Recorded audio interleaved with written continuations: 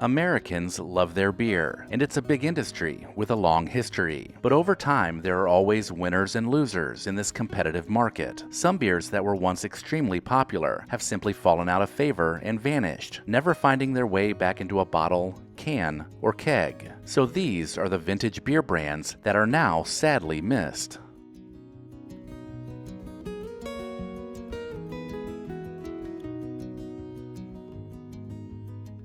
Falstaff was an American beer that dates back to 1838. In the 1960s, it was the third largest beer brand in the U.S. and a fixture at ballparks and backyard barbecues. The name Falstaff paid homage to the drink-loving Shakespearean character. The signature Falstaff beer was a light, American-style lager that helped the brewery build itself into a national brand. The endeavor proved to be a complicated and costly one, especially when competing against the likes of Anheuser-Busch. The last Falstaff brewery in St. Louis stopped making beer in 1977, and the Falstaff name limped along with deals through other contract breweries up until 2005.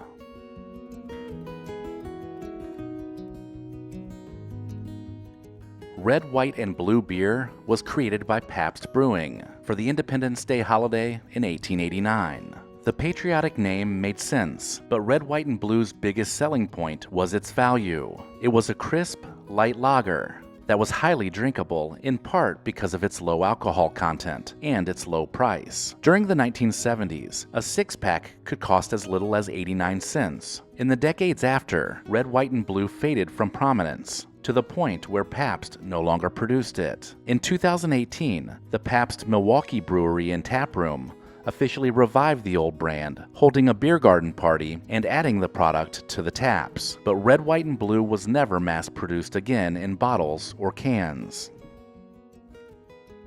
Recollection Road is proud to partner with Life Story Pro. Watch until the end of this video to learn more about preserving your loved one's stories in a beautifully printed book, which makes the perfect gift. Visit lifestorypro.com/recollection to get started.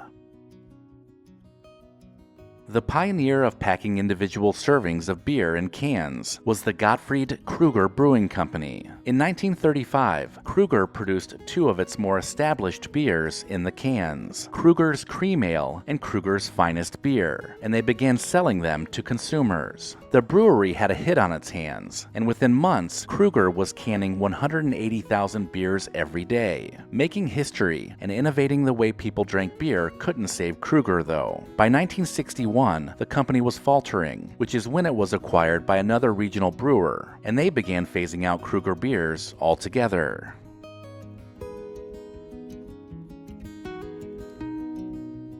By the 1880s, Hamm's beer was a Minnesota treasure, brewed with some of the best water from artesian wells in St. Paul. Hamm's was well known for its bear mascot, which was featured in the company's advertising beginning in the 1950s and lasting into the 1980s. Over the years, the company changed hands and eventually landed with Molson Coors. Although the Hamm's name can still be found occasionally in select markets, it is a far cry from being the fifth largest brewer in the country during the 1950s. In 2021, the company formally announced that it was discontinuing Hamm's Special Lite, which was a favorite of many beer drinkers. Jack's beer was once a favorite in the South, and it made claims to have been the first beer to come up with the concept of a six-pack in the 1940s. The German-style Pilsner was brewed in Jacksonville, Florida from 1913 to 1956, but later moved to New Orleans, where it merged with the Jackson Brewing Company. In the 1970s, the beer company was purchased by Texas brewer Pearl Brewing, and Pearl themselves were bought out by Pabst Brewing around 2000. While Pabst brewed the Pilsner for a few more years, it was eventually discontinued, and Jack's beer was another beer brand lost to the veils of time. In 1989, Budweiser decided to experiment with a new beer they called Bud Dry. It was a combination of a light lager with unique flavors of malty sweetness and a sharp, dry feeling. Bud Dry became part of the main Budweiser lineup, and even made an appearance in the 1991 Bud Bowl during Super Bowl 25. Ultimately, The beer with the tagline, "Why ask why? Try Bud Dry," was replaced with a beer that appealed to a more youthful demographic in Bud Ice during the mid-1990s. Bud Dry, however, stuck around for a while until it was eventually discontinued in 2010. In the 1960s, Meister Brau began brewing one of the first light beers with the slogan, "The Light and Lusty Beer." Meister Brau pinned all of their hopes on the light beer, understanding that consumers were becoming more health conscious. Initially, the brand was popular, and they were making 1 million barrels of beer each year. But poor management and excessive debt caused the brewer to go bankrupt.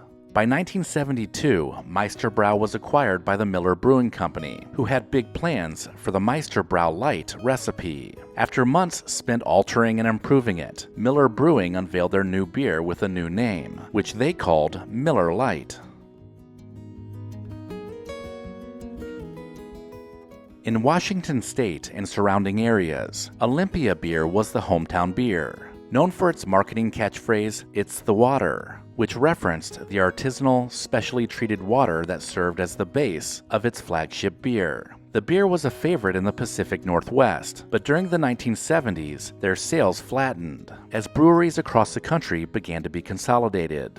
Olympia was no different, as they would eventually end up in the hands of Pabst Brewing in 1999. Olympia was brewed in the state of Washington up until 2003. That's when Pabst moved the production to California. In 2021, production of Olympia beer ceased altogether, citing a growing decline in its demand. Starting with the 1976 presidential campaign, Jimmy Carter's brother Billy spent part of his brother's presidency promoting a beer brand called Billy Beer. Falls City Brewery enlisted the president's brother to lend his name and face to the new beer brand, and he was glad to do it for $50,000. Cans came adorned with his signature, and a quote that read, "I had this beer brewed up just for me. I think it's the best I've ever tasted, and I've tasted a lot."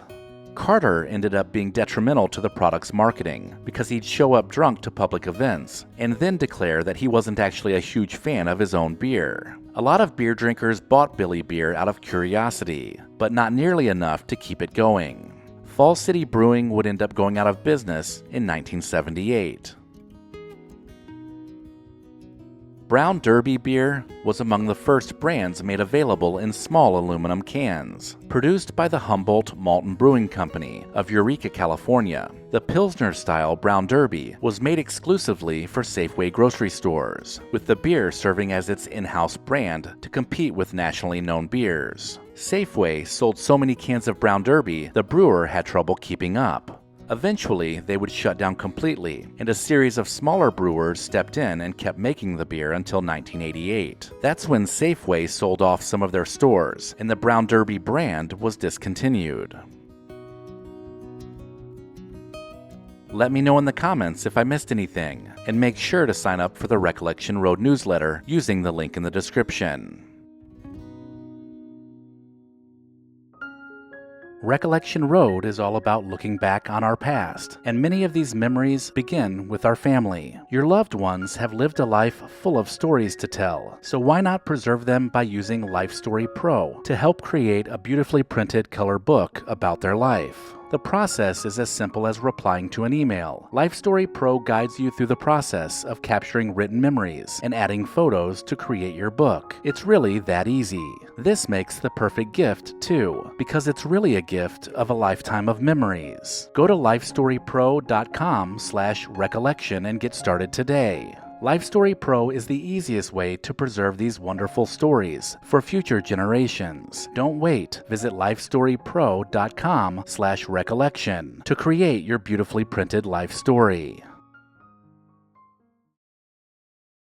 If you enjoyed this video, consider watching the other videos in this series. While you're at it, hit subscribe and share Recollection Road with someone you know. As always, thank you so much for watching.